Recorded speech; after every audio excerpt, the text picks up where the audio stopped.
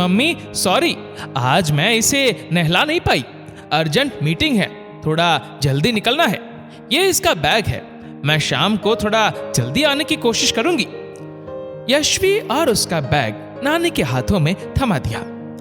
हाँ हाँ वर्षा बेटा, तू जा, मैं इसे नहलाकर सुला दूंगी। वर्षा दरवाजे से ही कैब में वापस बैठ ऑफिस के लिए निकल जाती है। वर्षा अर्चना जी की सबसे छोटी बेटी है। उससे बड़े 2 बेटे हैं। दोनों बेटे और बहुएं नौकरी करते हैं। बेटी और दामाद भी नौकरी करते हैं। अर्चना जी के पति का बनवाया हुआ बहुत बड़ा मकान है, जिसमें वह अपने दोनों बेटे बहू और पोते पोतियों के साथ रहती है। बेटी और दामाद ने भी उनके पास में ही मकान ले रखा है। बड़े बेटे के 2 बेटे हैं और छोटे बेटे का 1 बेटा है। आज तो यशवी बिटिया को नानी नहलाएगी। अरे मम्मी जी, आज यशवी इतनी जल्दी कैसे आ गई? अभी तो बच्चे स्कूल के लिए निकले भी नहीं है। आप इसे खिलौनों के साथ बैठाकर पहले बच्चों को तैयार कर दीजिए और हम सबका टिफिन तैयार हो गया ना? बड़ी बहू ने अर्चना जी से पूछा। बहू तुम परेशान मत हो, मैं बच्चों को अभी तैयार करती हूँ और बच्चों के टिफिन लग गए हैं। तुम लोगों के टिफिन बच्चों को तैयार करने के बाद लगा दूंगी।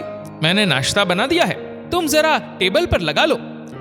आखिरी लाइन ना जाने सुनी या नहीं, लेकिन बड़ी बहू बिना कोई प्रतिक्रिया दिए अपने कमरे में चली गई। अर्चना जी ने राधा बाई को कुछ देर यशवी को संभालने के लिए कहा और फटाफट से बच्चों को तैयार करके नाश्ता करा के टिफिन देकर राधा बाई के साथ बस के लिए रवाना किया। फिर यशवी को गोद में लिए ही बहुओं और बेटों के टिफिन लगाए और नाश्ता भी लगाया। पिछले कई सालों से अर्चना जी की यही दिनचर्या है।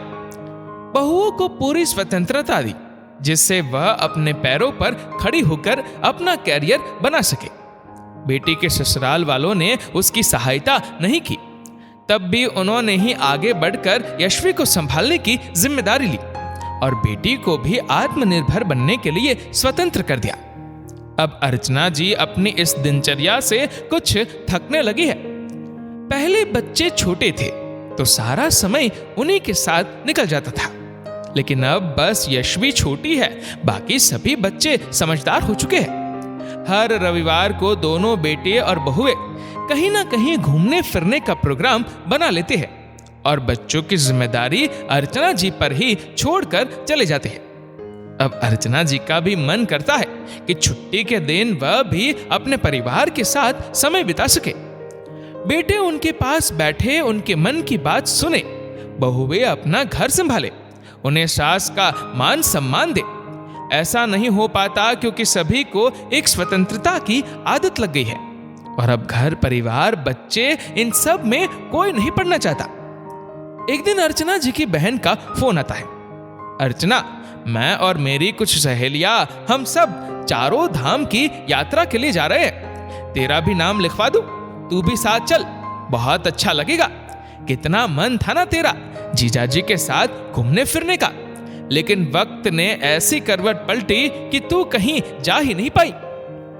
मन तो तब भी था और अब भी है, लेकिन एक बार बच्चों से बात कर लेती हूँ। मेरे ना होने से उन्हें परेशानी हो जाएगी। बात क्या करनी है, तू उन्हें साफ साफ बता दे कि तू जा रही है और कुछ दिन तो अपने बच्चे संभाल ही सकते हैं। मुझे कुछ नहीं पता, तू मेरे साथ जा रही है। 6 दिन बाद हमें जाना है। तेरे पास 4 दिन है, अपनी पैकिंग कर ले और मेरे पास आ जा। कितनी जल्दबाजी में रहती है हमेशा, किसी की बात ही नहीं सुनती है। वैसे गलत भी तो नहीं है, कुछ दिन का चैन मुझे भी मिल जाएगा। शाम को बड़े बेटे से कहा, बेटा तेरी मौसी का फोन आया था, तीर्थ यात्रा के लिए जा रही है, मुझे भी बुला रही है। लेकिन मम्मा, आप कैसे जा सकते हो? आप तो हमारे परिवार की कर्ता धर्ता हो, आपके बिना तो पत्ता भी नहीं हिल सकता। छोटी बहू ने घर में घुसने के साथ ही सारी बात को समझकर एक उपयुक्त जवाब दिया। हाँ मम्मा, आप तो जानती ही हो, मेरा बेटा बस आपके हाथ से खाना खाता है, मैं कैसे मैनेज करूंगी? सुबह ही तो ऑफिस निकल जाती हूँ, रात को लौट कर आती हूँ। प्लीज मम्मा, आप अपना जाना कैंसिल कर दो ना। हम सब मिलकर पूरी फैमिली कहीं पर हॉलिडे मनाने चलेंगे। चारों बच्चों ने एक साथ आग्रह किया तो अर्चना जी का दिल भर आया। क्यों मुझे मेरी परवरिश पर संदेह होने लगा था। मेरे बच्चे तो मुझसे बहुत प्यार करते हैं। हाँ, समय की कमी है, लेकिन एक हॉलिडे ये सारी शिकायतें भी मिटा देगा। अच्छा ठीक है, कहीं नहीं जा रही मैं, खाना लगाती हूँ। तुम सब जल्दी से फ्रेश होकर आ जाओ। खाना खाने के बाद दोनों बेटे रूम में टीवी देख रहे हैं। बच्चे सोने जा चुके हैं। अरे मम्मी, क्या बताऊं, आज तो बुरी फंसने वाली थी। अरे मम्मी जी ने तो अपनी बहन के साथ मिलकर तीर्थ यात्रा के नाम पर मौज मस्ती करने का प्लान बना लिया था। मैंने और भाभी ने इतनी लाग लपेट करके बड़ी मुश्किलों से उनका ये प्लान कैंसिल कराया है। हाँ मम्मी, मैंने और भाभी ने, हम दोनों ने ही एक ही बिल्डिंग में अपने फ्लैट बुक कराए हैं। वैसे तो बच्चे बड़े हो गए हैं, लेकिन अब तक साथ साथ रहे तो हमने सोचा आगे भी साथ रहेंगे तो हमें भी ज्यादा परेशानी नहीं होगी। बस एक बार मम्मी जी से घर के पेपर पर साइन करा ले। एक प्रॉपर्टी डीलर से बात हो गई है। हमारा घर बीच सड़क पर है, तो उसने अच्छे पैसों के साथ जो मॉल बनाएगा उसमें भी 2 दुकानें देने का वादा किया है। मम्मी जी वो जाने, उनका काम जाने। रहे अपनी बेटी के साथ, हमारे बच्चे तो पाल कर बड़े कर दिए हैं, अब अपनी बेटी के बच्चे पाले वही रहे। हाँ मम्मी, जब तक घर के पेपर साइन नहीं हो जाते तब तक अच्छी बहू बनने का ड्रामा तो करते ही रहना पड़ेगा। छोटी बहू के कमरे के बाहर ये सब सुनकर अर्चना जी आंखों के आगे अंधेरा सा छाने लगा। मुंह सूख गया था, कोई शब्द बाहर नहीं निकल रहा था। हाथ में पकड़े हुए दूध के गिलास की ट्रे को बड़ी मुश्किल से संभाला था। ऐसा धोखा अपने ही बच्चों से, ऐसा धोखा कोई मां कैसे बर्दाश्त करे। एक स्त्री की चाहत अपने परिवार से मान सम्मान और प्रेम की होती है। अर्चना जी ने किसी से कुछ ना कहा। अगली सुबह रोज के जैसे ही रही।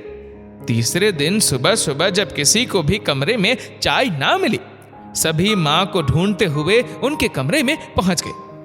मम्मी, ये सब क्या कर रही हो? ये बैग किसके है? तुम लोगों को बताया था ना, मैं मौसी के साथ तीर्थ यात्रा पर जा रही हूं। लेकिन मम्मी, वह प्लान तो कैंसिल हो गया था।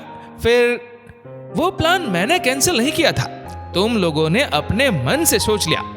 मम्मी जी, सुबह हमें तैयार होकर ऑफिस जाना होता है और आप ये सारा ड्रामा फैला कर बैठ गए हो। आपके पास कोई काम नहीं है, हमारे पास तो है। क्यों सुबह सुबह परेशान कर रहे हो? बड़ी बहू जिन्हें सुबह की बैड टी आंख खुलने से पहले चाहिए।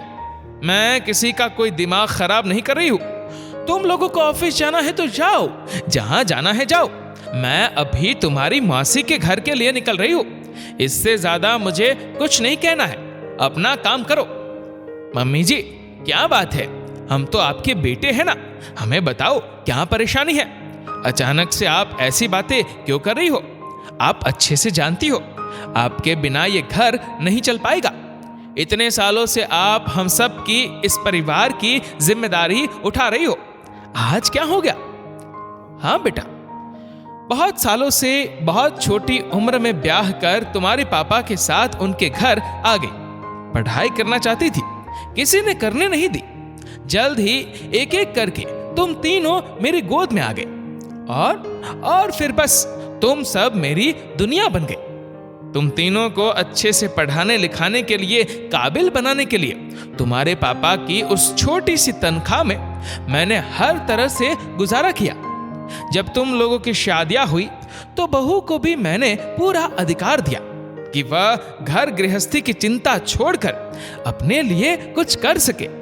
वर्षा की भी मैंने पूरी मदद की, जिसे वह भी अपने पैरों पर खड़ी हो सके।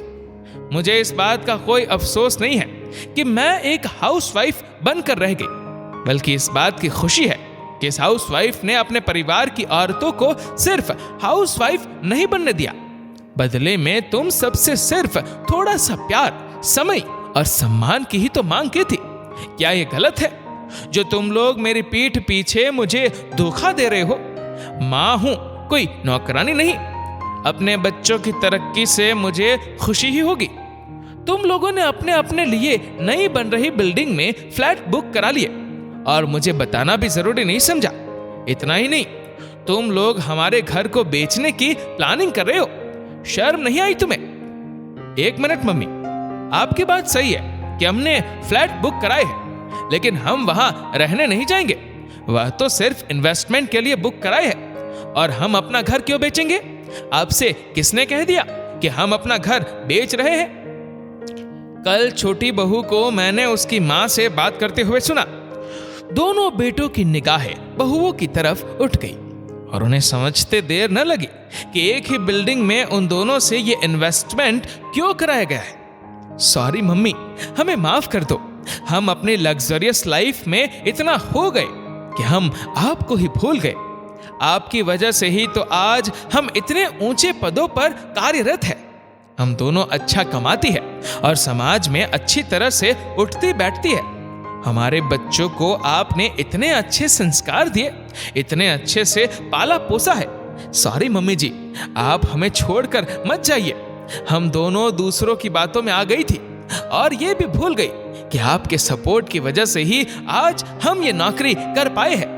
अगर आपने हमारे बच्चे ना संभाले होते तो हम इतनी अच्छी जिंदगी कभी ना जी पाते।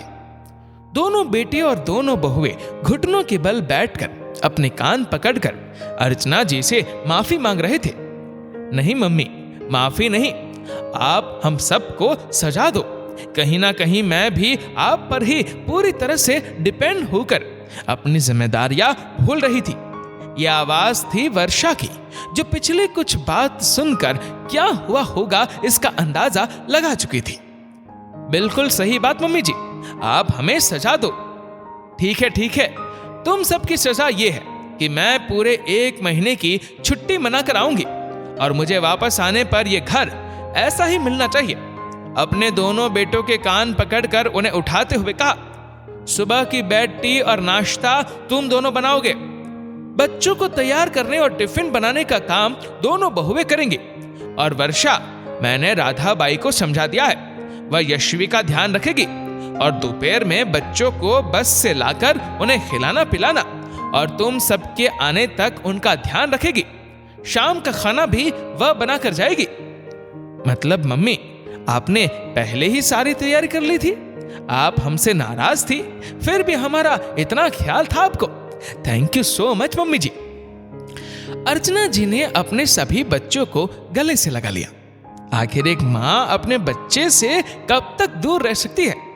जिन घरों में बुजुर्ग इतने सपोर्टिव और अच्छे होते हैं, जो हर तरह की मदद करते हैं, वहां अक्सर देखा जाता है कि उनकी मदद को सिर्फ अपने फायदे के लिए इस्तेमाल किया जाता है। उनका मान सम्मान सिर्फ दिखावे के लिए होता है, जबकि हमें तो उनका शुक्रगुजार होना चाहिए, जिनके कारण हमारा जीवन सरल और सुखमय बनता है। दोस्तों, इस वीडियो को आप किस तरह से देखते हैं नीचे कमेंट करके जरूर बताइएगा। और अगर आपको वीडियो अच्छा लगा हो तो इस वीडियो को लाइक करिएगा, शेयर करिएगा ज्यादा से ज्यादा लोगों तक। और ऐसे ही और भी इंस्पिरेशनल वीडियोस के लिए सब्सक्राइब करें हमारे यूट्यूब चैनल को और फेसबुक पर फॉलो करें हमारे पेज को। धन्यवाद।